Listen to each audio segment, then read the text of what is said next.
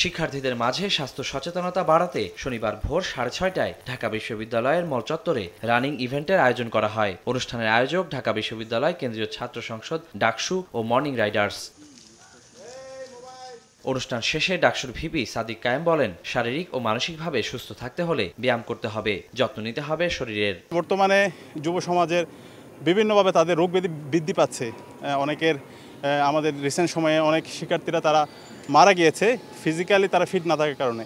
তো আমি ঢাকা বিশ্ববিদ্যালয় সহ বাংলাদেশের সকল বিশ্ববিদ্যালয় এবং সকল স্কুল কলেজ মাদ্রাসার শিক্ষার্থীদের অনুরোধ করব আমরা যেন শারীরিকভাবে এবং মানসিকভাবে ফিট থাকার জন্য রেগুলার ফিজিক্যাল এক্সারসাইজ করি। এদিকে বিশ্ব মানসিক স্বাস্থ্য দিবস উপলক্ষে জাতীয় মানসিক স্বাস্থ্য ইনস্টিটিউটে হাফ ম্যারাথনের আয়োজন করে বাংলাদেশ অ্যাসোসিয়েশন অফ সাইকিয়াট্রিস্টস। অনেক ভালো লেগেছে, এটা আমার জীবনে ফার্স্ট পার্টিসিপেশন ছিল।